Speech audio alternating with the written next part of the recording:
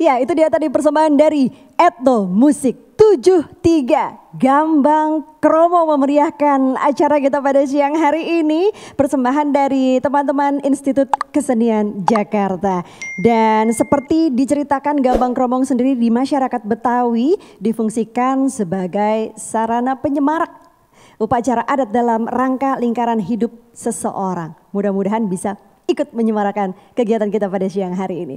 Baiklah, langsung saja tanpa berlama-lama kita akan langsung menuju ke kegiatan kita yang pertama, yaitu saya akan mengundang langsung Bapak Muhammad Amin Abdullah selaku Direktur Industri Kreatif Musik Seni Pertunjukan dan Penerbitan untuk bersama-sama bergabung dengan kita siang hari ini dan langsung akan memaparkan mengenai World Music di Destinasi dalam perspektif pemerintah. Langsung kita akan mengundang beliau ke atas panggung.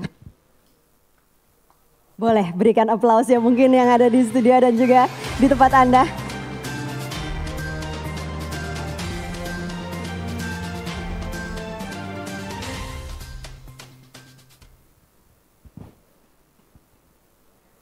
Ya, bicara mengenai world music, bicara mengenai destinasi pariwisata. Ini apakah bisa disangkut pautkan? Ini mungkin yang akan kita cari tahu lebih lanjut atau mungkin lebih memperdalamnya lagi di kegiatan kali ini.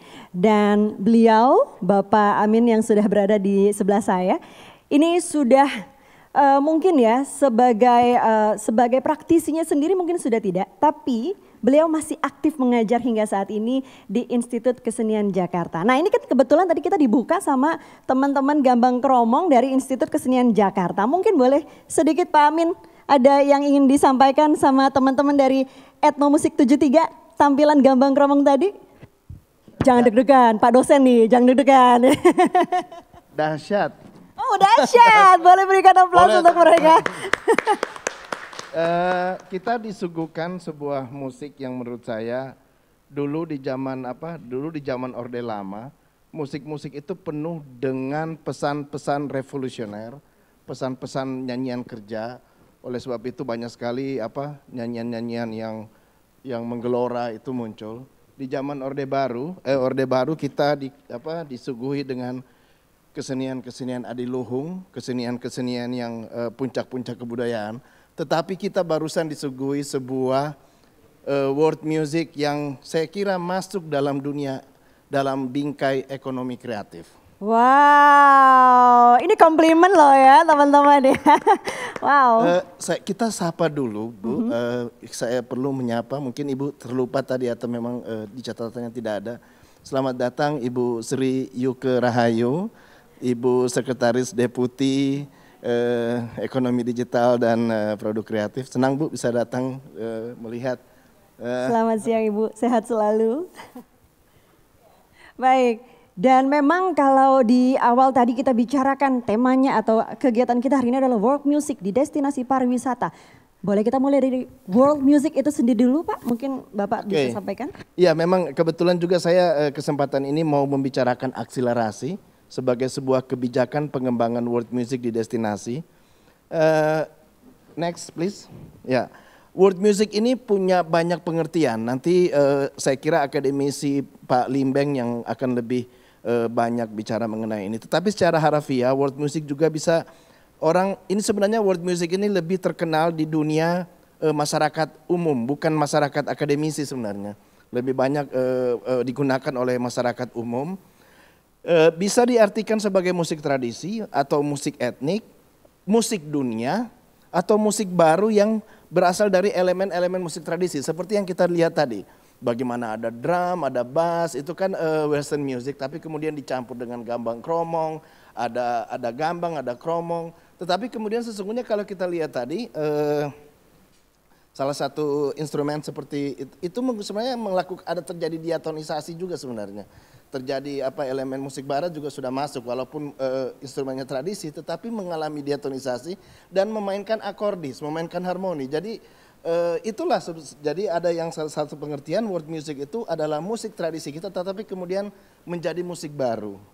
Nah, sementara destinasi kita ngomong definisi dulu. Destinasi berdasarkan undang-undang ya, Undang-Undang Nomor 10 Tahun 2009 tentang kepariwisataan, daerah tujuan pariwisata yang selanjutnya disebut destinasi pariwisata adalah kawasan geografis yang berada dalam satu atau lebih wilayah administratif yang di dalamnya terdapat daya tarik wisata, fasilitas umum, fasilitas pariwisata, aksesibilitas, serta masyarakat yang saling terkait dan melengkapi terwujudnya kepariwisataan.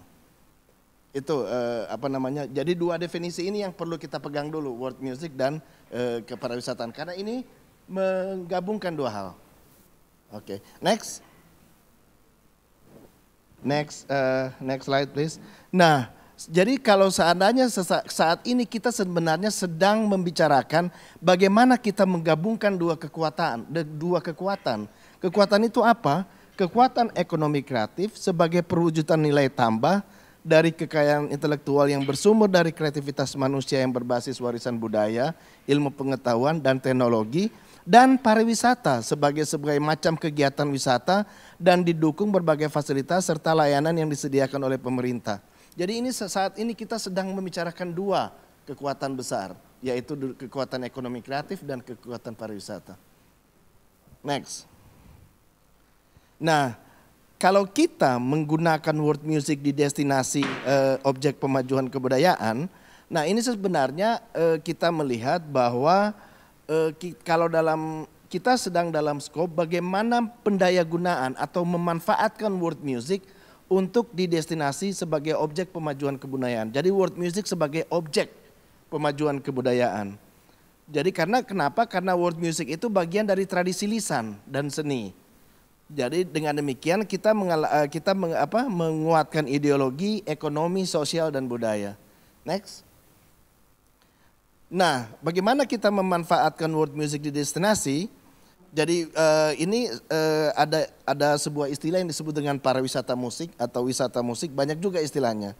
Jadi didefinisikan sebagai sebuah kegiatan pariwisata yang dilakukan berdasarkan dorongan musik, seperti mendatangi lokasi tertentu untuk menonton konser dan festival musik.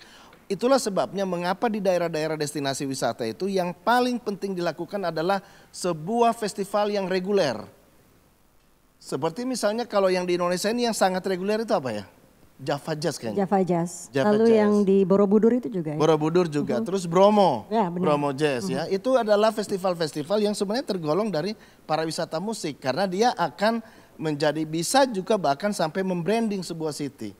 Nah itu banyak terjadi di Eropa.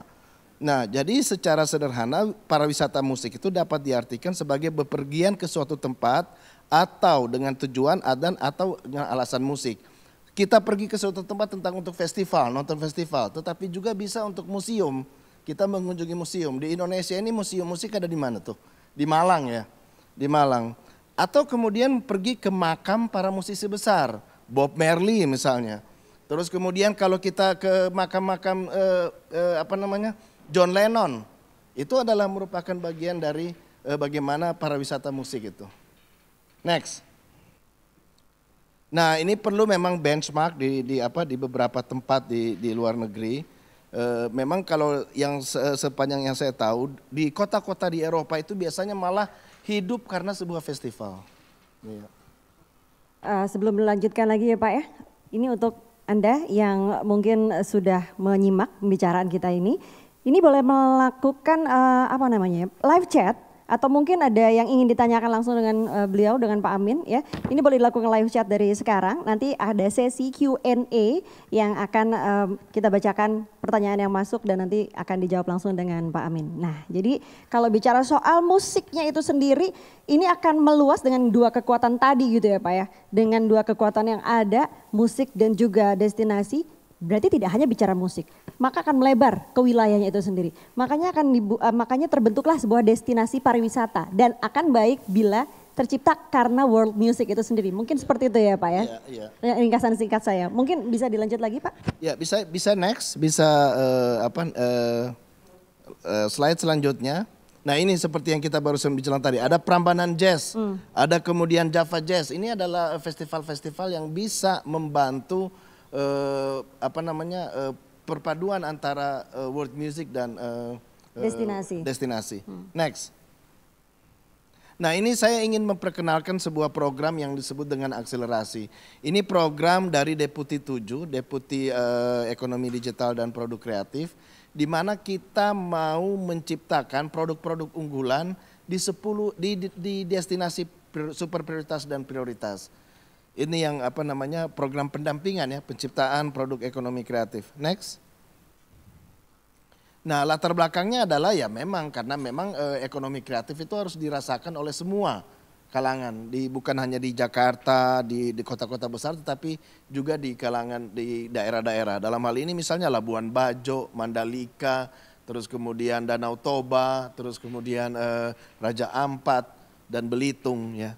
Next. Nah, memang betul ini adalah merupakan perpaduan, jadi ini juga perpaduan merupakan pariwisata dan ekonomi kreatif. Next. Nah ini kita lihat Danau Toba, Borobudur, Bromo, Tanjung Kelayang, Likupang, Morotai, Raja Ampat, Wakatobi, Labuan Bajo, Mandalika. Kalau kita lihat jumlah pelaku usaha kreatif yang ada di Indonesia bagian timur itu di bawah 5% semua jumlahnya. Yang paling banyak itu adalah memang masih di Jawa dan Sumatera. Jadi mudah-mudahan dengan ini kita bisa mendesiminasikan semangat ekonomi kreatif itu ke beberapa daerah, termasuk daerah-daerah super prioritas. Ya. Next, mungkin udah hampir selesai. Oke, next. Ini enggak perlu. Ya, next. Nah, ini yang perlu kita bahwa dalam musik atau musik yang berhubungan dengan pariwisata ini hanya sekedar lontaran ide. Bahwa kita perlu musik-musik yang hanya dimainkan oleh 1-2 orang atau musik-musik minimalis. Yang kalau dengan penggunaan digital, penggunaan loop itu bisa memainkan sebuah musik itu tapi hanya dengan 1 orang penampil. Bas Gilang Ramadan nanti mungkin dia akan menunjukkan videonya bagaimana dia dengan konsepnya ritme sawah, dia memainkan drum tapi kemudian mampu untuk membuat kita merasa bahwa ini sebuah pertunjukan yang utuh gitu. Itu musik yang saya namakan musik minimalis dalam segi jumlah. Kemudian musik yang kelompok yang seperti kita dengar tadi. Kemudian ini musik partisipatif. Kalau ada waktu mungkin saya akan bisa mencontohkan bagaimana musik partisipatif itu yang intinya adalah pengunjung adalah bagian dari pertunjukan itu. Jadi the performance is not something out there, tetapi merupakan sesuatu yang close to the audience. Gimana rasanya bisa ada keterlibatan? Exactly, gitu ya, dan itu karena mengapa? Karena konsep dari pariwisata itu adalah salah satunya experience, gitu. Nah kemudian adalah musik atau musik digital. Ini juga yang menurut saya akan sangat berkembang ke depan. Terus kemudian ya musik massal ya. Nanti kita lihat musik massal. Contoh, next. Terus, nah ini contoh bagaimana musik massal ini, dan ini merupakan puncak dari selesai, saya udah mau selesai, ini slide terakhir saya. Ini adalah contoh bagaimana kemudian sebuah musik atau seni pertunjukan itu yang menurut saya contoh yang baik sekali di destinasi pariwisata karena dia berhubungan dengan community development. Kita mungkin langsung muter, next slide. Ini adalah sebuah tarian kecak. Silakan. Kita bisa lihat bagaimana antara penonton dengan pengunjung itu sangat dekat. Bukan sesuatu yang jauh, tetapi kemudian sangat dekat. Ya, dan kemudian itu massal. Jadi musik ini atau seni pertunjukan ini bisa mendatangkan benefit kepada sebuah komunitas desa. Saya kira ini merupakan contoh yang baik. Saya tidak tahu mungkin apakah kemudian kita bisa menduplikasikan apa yang terjadi di Bali ini dengan di daerah-daerah lain. Ini bukanlah sesuatu tradisi ratusan tahun yang lalu. Ini baru tercipta tahun 1939 ketika kemudian Iwayan Limbak dengan Walter Spies kemudian mempunyai ide menghilangkan instrumen tetapi kemudian menggantikannya dengan mulut. Gitu. Nah ini demikian mungkin saya kira yang dapat saya sampaikan. Mungkin akan lebih enak kalau berinteraksi juga ya Pak ya dengan rekan-rekan yang secara online di tempat masing-masing mungkin yang sudah melakukan live chat ya. Jadi silakan saja untuk memberikan pertanyaannya dan nanti akan coba saya bacakan. Tapi sebelumnya kalau tadi sudah disampaikan oleh Pak Amin sendiri kalau apa yang terjadi sebenarnya di beberapa tempat ini sebenarnya mungkin sudah ada Pak. Cuma mungkin belum terdengar gaungnya. Apakah peran dari digital, kalau tadi Pak Amin sempat nyerempet sedikit soal digital. Di masa seperti sekarang ini peran digital bisa dibilang ini sangat penting begitu ya Pak ya. Karena sebisa mungkin, seminimalis mungkin terasa musik itu terdengar utuh dan ada peran digital, maka akan boom. Kalau bahasa anak zaman now tuh viral Pak, viral. Bagaimana menurut Pak Amin sendiri peran masyarakat yang terjadi saat ini, pandangan Bapak dari lokasi-lokasi yang mungkin selama ini belum sempat terjangkau langsung oleh masyarakat Indonesia. Katakanlah masyarakat yang ada di Sabang belum sempat menuju ke daerah timur Indonesia ataupun sebaliknya. Bagaimana menurut Pak Amin sendiri? Betul, ya digital merupakan salah satu jawaban. Saat ini Deputi Kementerian Pariwisata Ekonomi Kreatif, terutama Mas Menteri, sering sekali mengingatkan kita masuk di era ekonomi digital, kita masuk di era ekonomi digital. Maka digitalisasi atau transformasi digital dari keseluruhan fase dari ekosistem ekonomi kreatif itu merupakan sebuah keniscayaan. Mulai dari tahap kreasi, mulai dari tahap produksi, distribusi, konsumsi, sampai konservasi, itu niscaya akan mengalami digitalisasi. Dan luasnya Indonesia ini, digitalisasi merupakan jawaban.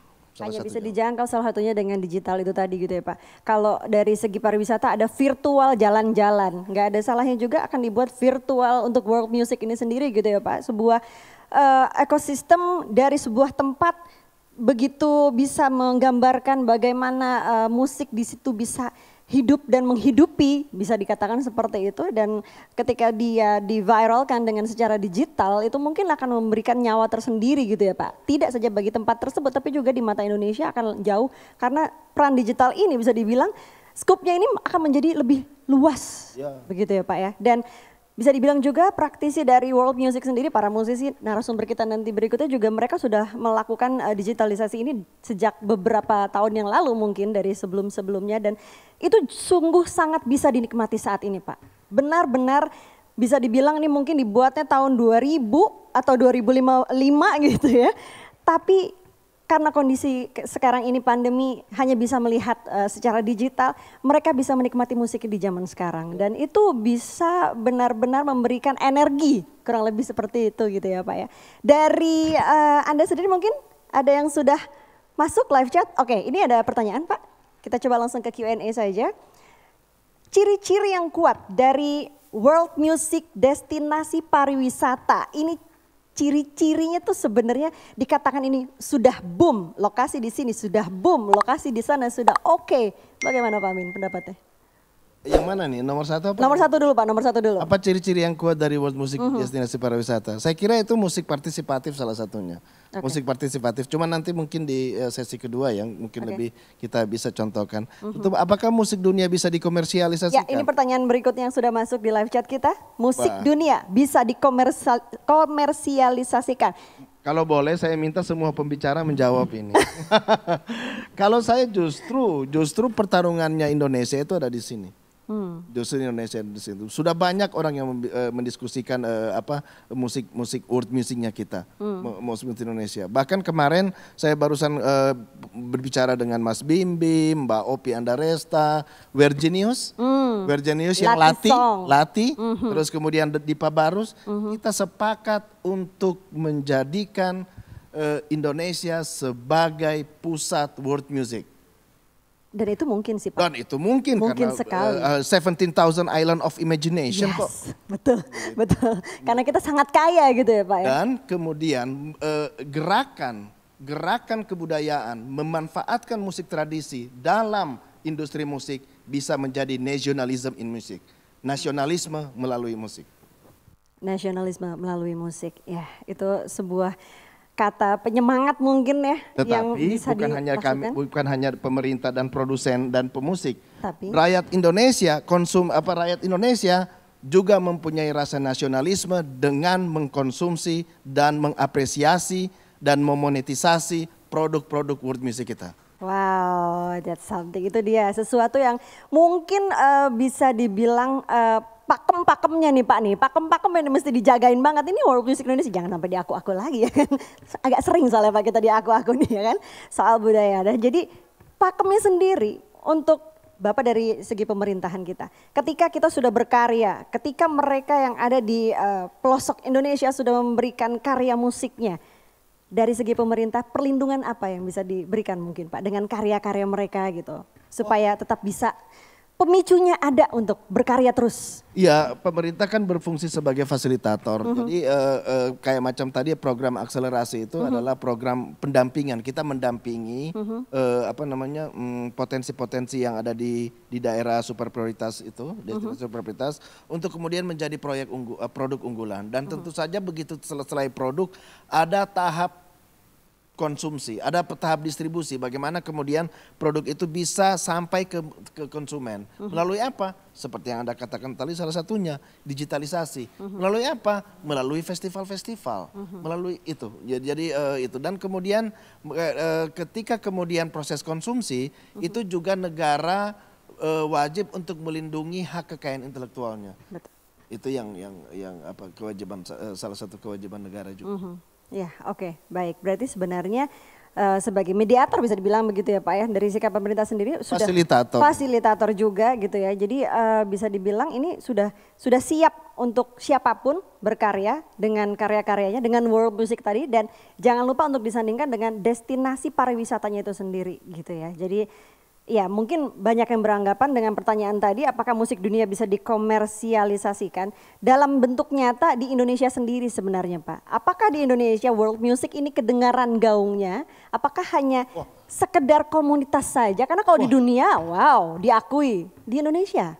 Wah, itu kalau seandainya kita mau mendefinisikan world music secara luas, Krakatau dulu di zaman di Krakatau dengan Mas Dwiki, terus kemudian Didi Kempot, terus kemudian God Bless, itu adalah contoh-contoh bagaimana pemanfaatan musik tradisi ke dalam industri.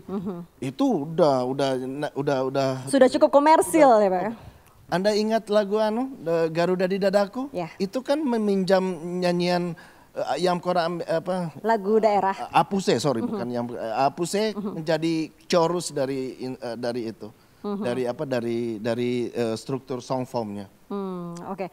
Dan sudah hadir juga di tengah-tengah kita saat ini narasumber kita yang sudah bergabung berikutnya adalah Dr. Julianus Limbeng SSN MSI. Nah ini sebenarnya lebih enak dipanggilnya Bang Limbeng, tapi karena ini sebagai akademisi, Pak Limbeng mungkin ya lebih. Kalau kan aktif mengajar juga ya Pak ya. Betul, ya. Itu biasanya anak muridnya manggilnya Bang, Pak, atau mungkin Mas juga? Macam-macam, ada yang Bang, ada yang Pak ya. Lebih akrab Bang sih. Lebih akrab Bang ya, baik. Dan bicara soal secara akademisi dari world music ini sendiri gitu, mungkin kita lebih mengarah ke pakem-pakem apa sih yang harus kita jaga sebagai musik itu sendiri. Karena musik tradisi banyak sekali. Yang mengenal mungkin juga banyak lapisannya. Tapi bagaimana yang luas, dari negara kita yang luas ini dengan budaya yang begitu beragam. Bagaimana tidak terjadi salah kaprah dalam prakteknya, dalam bermusiknya. Ini mungkin bisa disampaikan oleh Bang Limbeng. Oke, dua musik sudah kita dengar tadi ya. Pertama tadi Gambang Kromong lah ya dari Jakarta, Betawi, juga ada Gondang Batak. Kita melihat dua tampilan itu sebetulnya kalau bagi saya, pertama yang Gondang Batak tidak terlalu kelihatan keluar dari jalurnya. Dari jalurnya. Batak hanya beberapa instrumen saja barangkali yang tidak diikut sertakan. Tetapi Gambang Kromong tadi kita bisa melihat tampilannya tadi yang banyak sebetulnya. Begitu variatif. Variatif ya. Tetapi dalam tampilannya itu kita masih bisa merasakan Gambang Kromong itu ya, rasanya itu, rohnya itu, spiritnya itu masih kelihatan tampak begitu. Oleh sebab itu walaupun sudah berkolaborasi ataupun berinteraksi dengan menggunakan varian-varian yang lain, mungkin ritme-ritme yang lain, tetapi aslinya masih bisa kita rasakan dengan kehadiran ataupun dengan mendengarkan bunyi itu. Oke, berbicara tentang konsep world music sih sebetulnya adalah ketika Jaap Koens dulu banyak menulis ataupun meriset ya, mensurvei tentang musik-musik yang ada di Indonesia, kemudian menuliskannya dalam sebuah buku Music in Java, terbitan Martinus Nijhoff dulu sekitar tahun 1900-an. Demikian juga dia mengumpulkan berbagai alat-alat ataupun instrumen yang ada di Indonesia, yang sekarang mungkin ada disimpan di Museum Nasional, ada di Jerman dan juga ada di Belanda. Kemudian beliau sebagai etnomusikolog memberikan banyak sebetulnya masukan buat etnomusikolog yang lain, katakanlah seperti Mental Hood yang terkenal dengan konsep bi-musicality-nya, mungkin next di slide-nya, ataupun yang terinspirasi katakanlah seperti Robert Brown yang kemudian mengukuhkan terminologi words musik itu sendiri untuk melihat bagaimana musik-musik di luar konteks musik barat. Ya, ada musik dari India karena dia juga belajar mridanga gitu ya, tentang konsep-konsep raktal, musik-musik yang ada di India, atau musik-musik aborigin, ataupun mungkin musik dari Indonesia, musik di Jawa, dan beliau juga banyak merekam tentang musik Jawa. Oleh sebab itu memberikan terminologi ataupun definisi-definisi tentang musik ini memang banyak sekali. Jadi mereka untuk lebih melihat bagaimana perbedaan-perbedaan musik-musik di luar tradisi barat. Ingat tradisi barat gitu ya, dengan musik-musik yang ada di luar, mereka katakan adalah musik-musik dunia ataupun world musik. Walaupun kadang-kadang pendekatannya adalah pendekatan area budaya seperti itu. Terlepas setuju atau tidak setuju, karena banyak sekali terminologi-terminologi yang dibangun dalam musik. Ada mungkin nanti katakanlah seperti Bang Ipan, neo tradisional, musik tradisi baru, musik kolaborasi, musik hibrid atau macam-macam. Tetapi yang kita pahami sebetulnya adalah musik itu sendiri sebetulnya dalam konteksnya diciptakan. Ya, kira-kira seperti itu. Kalau kita berbicara tentang bagaimana musik dengan destinasi, tentu kita berbicara tentang destinasi adalah berbicara tentang berbicara tentang atraksi, berbicara tentang akses ataupun aksesibilitas, dan juga kita berbicara tentang amenitas. Bagaimana peran musik-musik kita yang Indonesia ini yang sangat kaya tadi yang disampaikan oleh Pak Amin, dan ia percaya bahwa kita akan menjadi pusat ataupun world musik ya. Kita sebetulnya sangat kaya sekali musik-musik di Indonesia yang sebetulnya bisa kita kembangkan untuk mendukung pengembangan destinasi, yaitu atraksi ini. Di sana adalah bisa berperan adalah musik-musik yang kita miliki, world musik ini yang cukup kita miliki yang banyak sekali. Next, oleh sebab itu ya berbicara tentang bagaimana world musik ini tentu sinergi antar tadi berbicara Pak Amin berbicara tentang bagaimana berbicara tentang pariwisata dan juga ekonomi kreatif. Tetapi tidak hanya itu, juga berperan di hulunya. Bagaimana kita mendata, melindungi kekayaan musik-musik kita ini dalam arti merupakan bagian dari portofolio produk kita, kekayaan musik kita ini mau kita apakan. Ya, kita harus bisa mendata itu, dan ini perannya bukan tidak cukup hanya dilakukan oleh satu kementerian saja, tetapi juga keterlibatan antar KL juga dengan masyarakat, dengan komunitas, dan juga dengan media. Next, kalau kita berbicara tentang portofolio produk kita tadi tentang musik itu tadi, bahkan itu akan bisa kita lakukan perlindungan, bisa dikembangkan, pemanfaatan, pembinaan yang terkait dengan sebetulnya masalah ideologi, politik, ekonomi, sosial, budaya, dan pertahanan keamanan. Tetapi tetap harus ranahnya itu kita tetap mempertimbangkan bahwa musik-musik kita ini harus juga terkait dengan karakter ataupun jati diri bangsa ataupun identitas kita. Gitu ya. Next. Oleh sebab itu untuk pengembangan itu bisa kita lakukan dengan cara penyebaran luasan, dengan diseminasi, diaspora, asimilasi, juga dengan pengayaan keberagaman musik itu tadi tentunya membutuhkan kapasitas sumber daya manusia seniman itu sendiri. Jadi kita juga harus memberikan skill, pengetahuan ataupun kompetensi kepada insan ataupun seniman-seniman yang bergerak dalam bidang musik ini. Untuk melakukan apa? Untuk melakukan inovasi, adaptasi, mungkin akulturasi juga.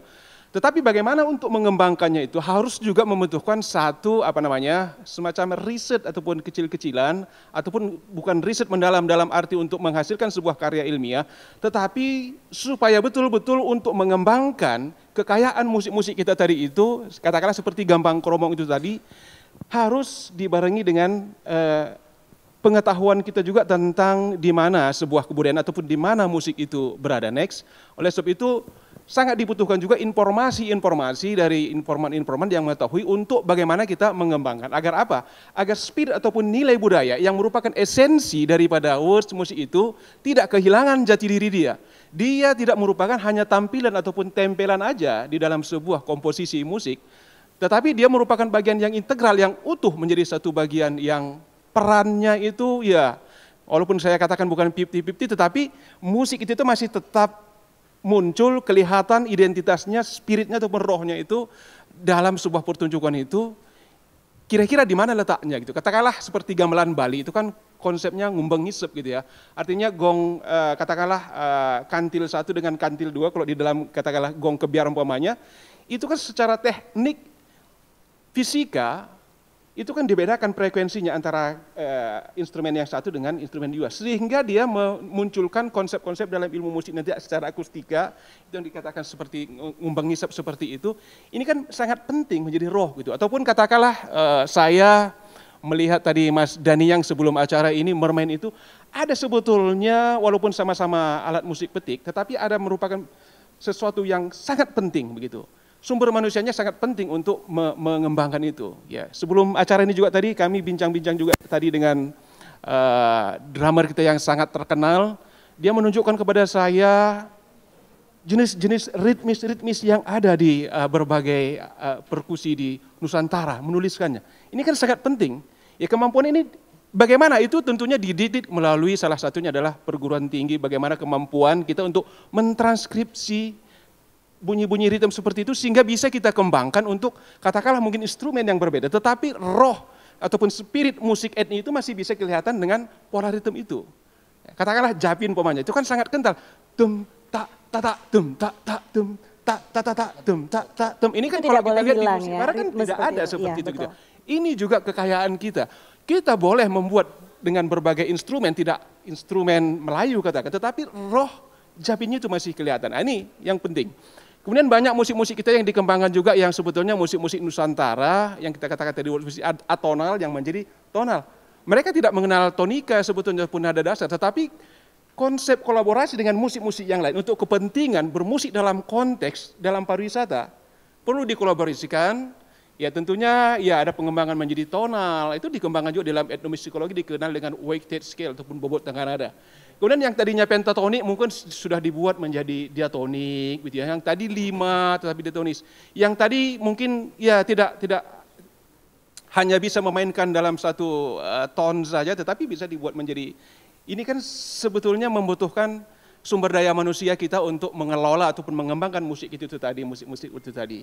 Kemudian juga yang tidak kalah pentingnya tadi Pak Amin berbicara tentang digital, ya tentunya teknologi itu sangat membantu sekali, bukan hanya dalam untuk mengkomunikasi, tetapi membantu juga untuk memainkan alat musik dalam konteks atraksi di destinasi. Kenapa? Karena di dalam musik-musik kita itu sendiri, mereka itu tidak mengenal stage seperti ini, ataupun ada stage, ada di front stage, ataupun mungkin back stage. Tetapi mereka itu adalah sebuah pertunjukan yang komunal, kita tidak tahu, mereka itu merupakan bagian yang utuh daripada, karena apa? Karena kaitannya dengan adat, upacara. Ya. Bagaimana kita mengembangkannya? Ya itu pentingnya sumber daya manusia itu. Untuk apa? Untuk melakukan inovasi, pengembangan instrumen, yang tadinya mungkin 4 senar bisa menjadi 5 senar, 6 senar untuk musik petik. Dan demikian juga dengan masalah-masalah instrumentasi yang lain. Next. Bapak Ibu sekalian, kita tentunya berbicara tentang Undang-Undang Pemanfaatan Kebudayaan. Berikut, next. Ya, untuk pendayagunaan itu tentu saya katakan tadi bagaimana keterkaitan itu dengan aspek-aspek yang lain. Tentunya berbicara tentang pariwisata kita. Kita ada kaitannya juga tentunya dengan masalah kesejahteraan masyarakat ataupun ekonomi. Bagaimana ini bisa memberikan ataupun kontribusi bagi pengembangan destinasi. Tentunya bisa juga membantu mengembangkan ekonomi ataupun kesejahteraan dari pelaku seni itu sendiri, sehingga dia memiliki asas manfaat bagi yang lain sehingga dia bisa hidup. Next. Kemudian adalah kita harus melihat berkesenian dalam konteks. Next. Kenapa berkesenian dalam konteks? Karena dalam next ya, karena kalau kita melihat pengembangan musik-musik kita ini itu tentunya kita harus ya tentunya durasi begitu ya, durasi, kemudian tampilan ataupun manajemen. Kita tidak bisa lagi mengandalkan manajemen tradisional yang dilakukan oleh seniman-seniman kita di berbagai tempat yang ada di destinasi. Tentunya harus melalui satu manajemen yang lebih modern. Next, oke. Jadi pemerintah pusat ataupun pemerintah daerah dan atau setiap orang dapat melakukan pemanfaatan objek kemajuan kebudayaan dalam hal ini musik. Ya. Pemanfaatan objek ini tentu seperti saya katakan tadi membangun karakter, kesejahteraan masyarakat dan meningkatkan peran aktif pengaruh Indonesia dalam hubungan internasional. Ya. Saya pernah ke Scotland tapi di sana ternyata saya temukan di sana bahwa sebetulnya banyak grup-grup Indonesia juga yang sudah terkenal di sana begitu ya. Saya nggak tahu di Wales itu gitu ya. Ternyata dari Indonesia ada beberapa grup yang sudah mereka kenal dan mereka akan pertunjukan di sana. Ini kan luar biasa begitu ya. Artinya world musik gitu ya. Oke, yang next. Kemudian pemanfaatan objek pemajuan kebudayaan untuk meningkatkan kesejahteraan yang seperti saya katakan tadi itu dapat dilakukan melalui pengolahan produk. Yang tadi ditampilkan dalam konteks adat itu bisa kita katakan bukan produk, tapi dalam pengembangan ataupun pendukungan destinasi musik-musik seperti itu bisa kita katakan sebagai produk musik, produksi musik begitu ya. Kalau produksi dia apa tadi yang disampaikan Pak Amin tadi sudah sangat mulai dari produksi, distribusi sampai dan seterusnya ya. Next ya. Dan itu tetap kita harus mempertimbangkan nilai-nilai agama, nilai-nilai kepercayaan, adat dan nilai-nilai norma. Kenapa? Karena kita membawa musik-musik yang dimiliki oleh kebudayaan kita. Oleh sebab itu faktor-faktor yang terkait dengan nilai-nilai etika kita tidak boleh sembarangan juga, harus kita tahu juga. Itu yang saya katakan tadi, butuh pemahaman mendalam juga, riset kecil-kecilan untuk mengembangkan musik itu supaya kita juga tidak salah arah gitu ya, tidak menyalahi secara di mana musik itu berada. Jadi next, ya jadi itulah seluruhnya menjadi ekosistem musik, ada nanti unsur promosi, pemanfaatan, kemudian SDM budaya yang seperti saya katakan tadi, ini tentunya mendukung destinasi, dalam hal ini aksesibilitas, amenitas, dan atraksi. Atraksi ini tentunya bagaimana peran musik hidup di sana dan bisa mendukung destinasi pariwisata. Ketika bisa mendukung destinasi pariwisata, dia akan bisa menyumbang kepada pemusik itu sendiri dan mereka akan bisa berkreasi terus dan SDM mereka juga akan tertingkatkan. Dengan demikian, ya ekosistem musik ini juga bisa tumbuh berkembang. Selain itu juga destinasi juga bisa menjadi berkembang dengan dukungan, salah satunya adalah faktor dari atraksi ataupun world musik ini di destinasi pariwisata. Mungkin itu yang bisa kami sampaikan. Terima kasih, mohon maaf atas segala kekurangan kami.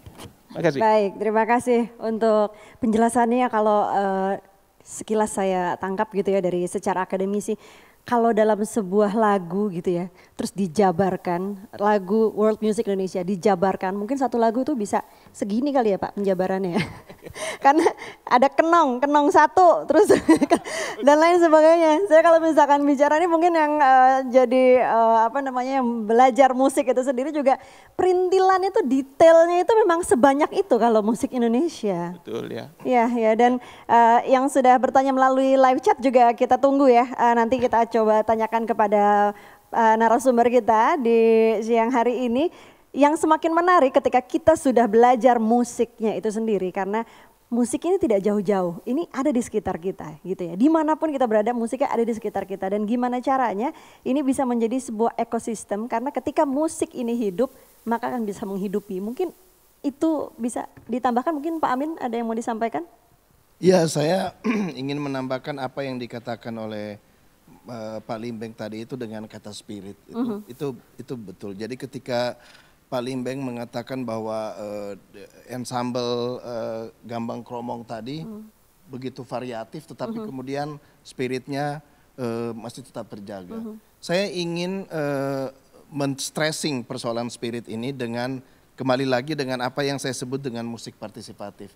Salah satu spirit atau ciri atau salah satu spirit atau ciri atau kemudian ciri atau spesifikasi dari musik-musik Indonesia itu adalah sesuatu yang partisipatif.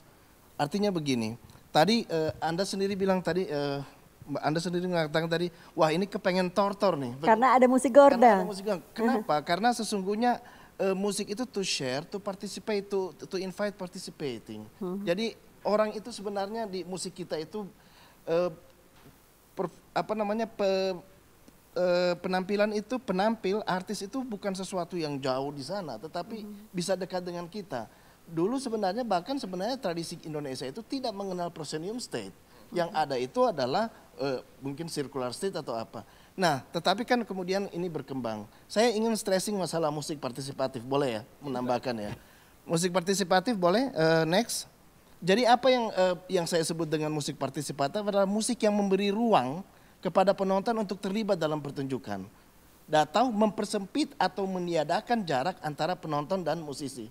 Saya ingin memberi contoh kepada apa yang sering saya lakukan dengan ensemble saya ketika saya masih aktif bermain musik. Next slide.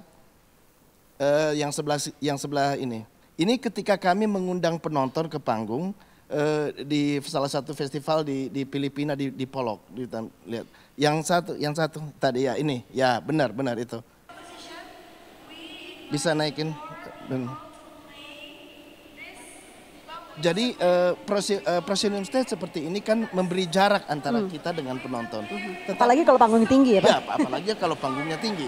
Tetapi kemudian apa yang harus kita lakukan adalah bagaimana kemudian penonton itu bisa masuk dalam pertunjukan kita. Karena memang ini yang merupakan salah satu spirit tadi. Spirit berbagi itu. Spirit you share the happiness. Itu loh. Jadi nah lihat ini orang datang tuh, datang untuk ke stage dan kemudian ini. Sederhana, mereka membentuk ritme. Ritme itu dengan tempo tertentu, itu yang kemudian menjadi dasar kita bermain. Coba bisa lihat di yang satunya lagi. Nah, ini mereka membentuk ritme. Membentuk ritme yang teratur dan kemudian temponya teratur. Pada saat ini, kemudian para musisi di belakang itu, ensemble itu dekat dengan mendengar itu dan kemudian merespon. Nah, jadi deh pertunjukan antara audiens, penonton kemudian melompat menjadi audiens. Ide ini diangkat dari mana? Ide ini diangkat dari sebuah kesenian di Sulawesi Tengah yang disebut dengan tarian melingkar dero. Jadi di tari melingkar dero itu penonton tiba-tiba masuk ke dalam sebuah pertunjukan. Kalau dia bosan dia akan keluar. Begitu juga orang yang di dalam. Jadi terkadang orang menentukan dia sebagai pemain, terkadang orang menentukan dia sebagai penonton. Nah, konsep ini, musik partisipatif ini cocok, menurut saya salah satu cocok. Dan perlu didorong untuk di daerah-daerah destinasi. Mengapa? Karena teman-teman yang datang berkunjung itu mencari experience, mau merasakan kebudayaan itu, mau merasakan kebudayaan di tempat yang dia datangi. Saya cukup. Bahkan kalau kita lihat di video tadi ya, itu tidak ada bahasa ya Pak ya, hanya musik yang mereka ada sih bahasa nyatukan. Inggris cuman untuk apa ya maksudnya disambut dengan karena adanya sebuah ritme lalu disambut oleh ensemble merespons dengan tambahan nada menjadilah sebuah musik, menjadi sebuah bukan ekosistem, menjadi sebuah pertunjukan kagetan gitu loh Pak. Iya bisa. Apa itu namanya pertunjukan kagetan ya? Ya musik partisipatif. Musik partisipatif itu sendiri gitu ya. Jadi memang langkah-langkah seperti langkah kecil, tapi kalau tidak ada dorongan atau mungkin tidak mengetahui bagaimana atau apa inovasi yang harus diangkat atau akulturasi apa yang harus diangkat, mungkin akan menjadi sebuah kesulitan tersendiri gitu. Kejelian. Ya. Betul itu Pak Limbeng. Betul itu Mbak. Ya. Kejelian kita untuk melihat mana aspek kebudayaan yang kemudian bisa pas untuk ini. Betul yang dibilang Pak Limbeng tadi, tidak semua loh itu yang bisa misalnya untuk kita dikembangkan untuk daerah destinasi ya Pak. Bahkan jangan sampai kemudian ada hal-hal yang tidak boleh, yang ritual, yang tidak boleh. Yang sekaku itu, fleksibilitasnya bagaimana sendiri? Kalau itu kan tergantung masyarakatnya sendiri. Jadi kalau mereka mengatakan, oh ini memang tidak bisa, ini merupakan sesuatu yang, ya begitu ya Pak Limbeng ya? Iya betul, karena di musik kita juga memiliki simbol-simbol ataupun makna-makna tertentu. Memang itu seperti itu saya katakan tadi, untuk mengembangkan itu kita memang harus ya minimal kita mengerti juga. Ya. Background budayanya atau keyakinan yang mungkin yang ada di dalam. Barangkali merupakan sesuatu yang sakral, yang harus di kepala, tetapi kita mungkin letakkan, kita dudukin atau di tempat yang tidak semestinya ya. Ya, kalau gong di Kalimantan Tengah itu boleh kita duduki, kita di atas. Bisa injak. Di atas. Betul. Gong upacara begitu. Kalau di Jawa tidak boleh. Di Jawa tidak boleh. Tetapi teman-teman kita dari Bali ketika Pak Ketut Jelantik dulu pengajar saya gamelan gong kebiar itu sangat diinikan sekali gitu ya. Jadi ada hal-hal yang berkaitan dengan makna-makna atau simbol-simbol lama-lama dari masyarakat terkait dengan musik itu, bagaimana kita memanfaatkannya, mengembangkannya itu juga perlu kita ketahui, itu saja sih menurut saya juga ya. Oke, baik. Semakin ini ya, semakin banyak sekali, kaya sekali. Oke, baik. Ini pertanyaan masuk dari live chat dari Anda. Christina yang sudah bertanya, bagaimana perkembangan musik tradisional kita di internasional? Wah, ini sih lihat YouTube aja udah banyak banget yang like. Subscribe-nya Pak Limbeng ini banyak banget loh. Oke, mungkin dari Pak Limbeng dulu. Ya, makasih Christina ya. Luar biasa ya. Tadi di 1900-an sebelum Indonesia merdeka juga sebetulnya musik kita sudah dikenal. Saya tadi katakan salah satu adalah Jab Kunst. Bahkan kita banyak belajar tentang musik daerah saya aja, saya belajar ada di museum saya temukan siapa Jab Kunst ya yang diterbitkan di Martinus Nijhoff saya katakan tadi, dan banyak termasuk muridnya juga ya Robert Brown, ya kita kenal juga mungkin seperti Michael Tanger, George Harrison dan macam-macam ya. Dan musik gamelan terutama itu sudah banyak sebetulnya di negara-negara katakanlah seperti di Amerika, di Inggris dan di berbagai tempat ya menjadi dipelajari di perguruan. Bahkan mereka sudah bisa ada di mana. Oleh sebab itu ya kesempatan untuk musik-musik yang lain juga ya ini upaya kita bersama-sama supaya musik-musik yang lain juga bisa dikenal. Salah satunya mungkin ya dari destinasi ini orang akan tertarik gitu ya. Seperti musik Batak. Ya mungkin sudah ada komunitasnya juga, saya lihat itu di Austria begitu ya, memainkan mereka itu bule-bule semua ya, tetapi lagunya lagu Batak, main musiknya juga musik Batak seperti itu luar biasa. Juga ya. termasuk Angklung yang juga, sudah ya. Banyak ya, luar biasa. Oke. Baik, pertanyaan berikutnya dari Jimmy Sumampau. Sejauh apa fasilitas dan dukungan pemerintah dalam mengembangkan world music di destinasi wisata prioritas tersebut saat ini? Mungkin dari Pak Amin boleh bantu. Pemerintah nih. Iya, pemerintah nih. Tadi saya menjelaskan mengenai akselerasi ya. Ini perlu mungkin didetailkan lagi. Jadi program akselerasi itu adalah pendampingan untuk menciptakan produk-produk unggulan di destinasi super prioritas dan prioritas. Nah, kita saat ini sudah dalam tahap di Labuan Bajo dan Mandalika. Nanti kalau dengar namanya Jamie Sumampau ini sepertinya orang Manado ini. Nah, jadi untuk Likupang itu Bu Reta kapan ya? 2023 ya.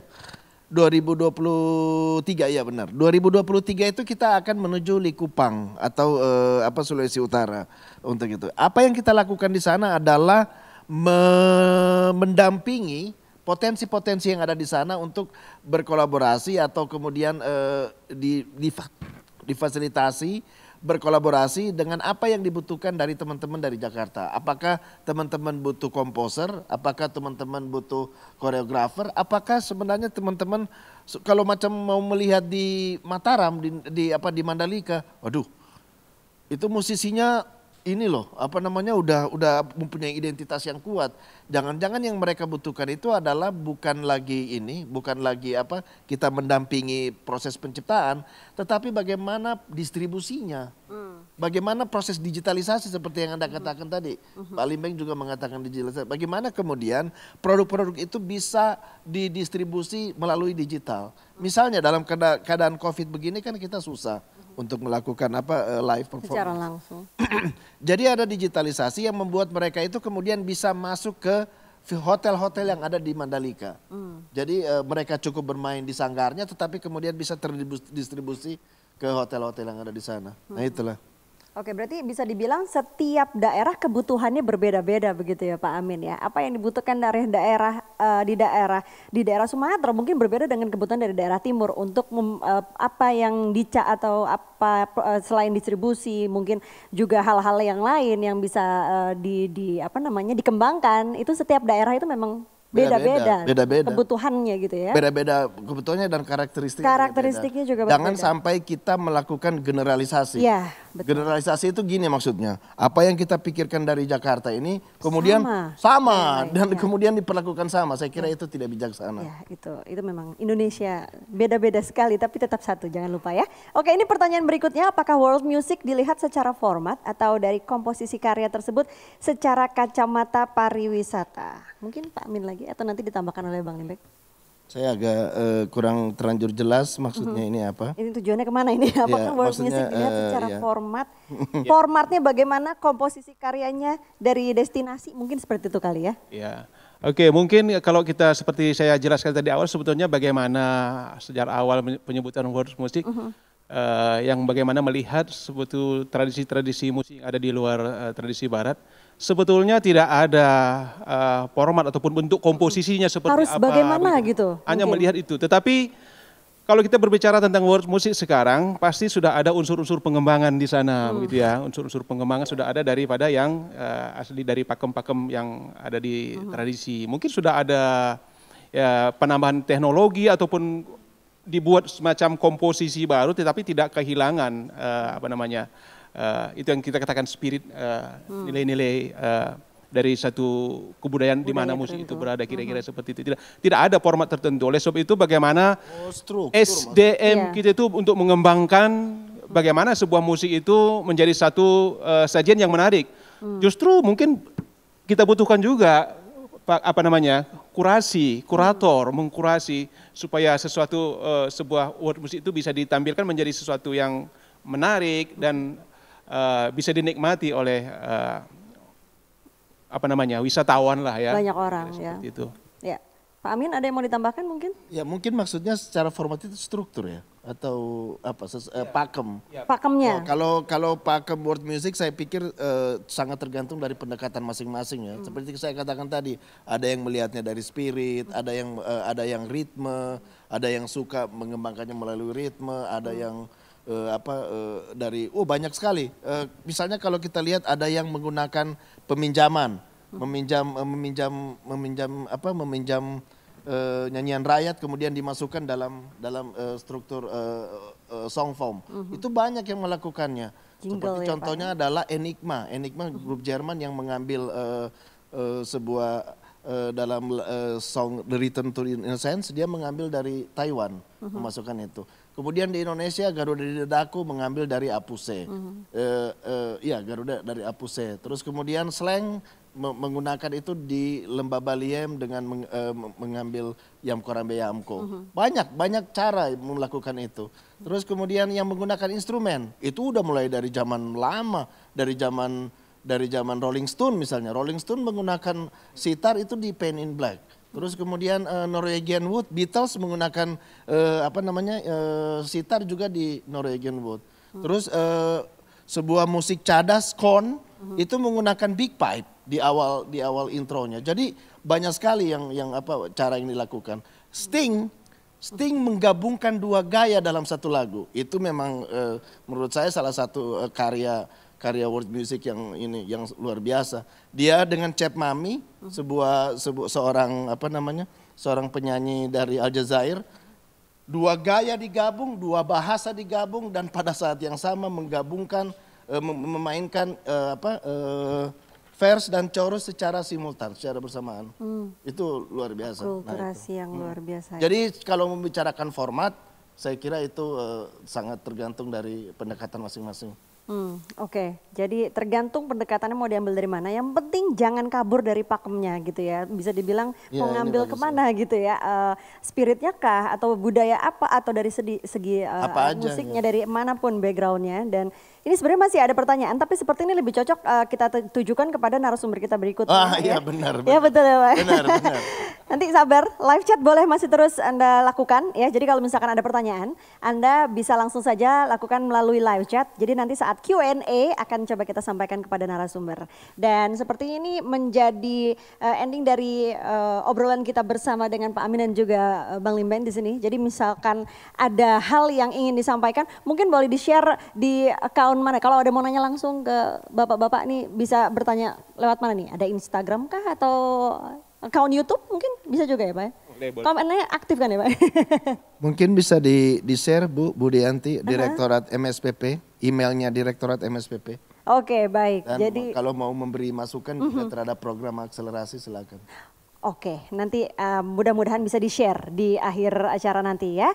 Baik, terima kasih Bapak-Bapak sekalian atas waktu dan juga penjelasannya yang mungkin membuka banyak sekali pemikiran baru dan mudah-mudahan anak muda kita juga tergerak nggak cuma para maestro saja yang masih terus aktif, tapi para anak muda kita juga tergerak untuk bisa melakukan atau membuat karya selevel world music ini sendiri.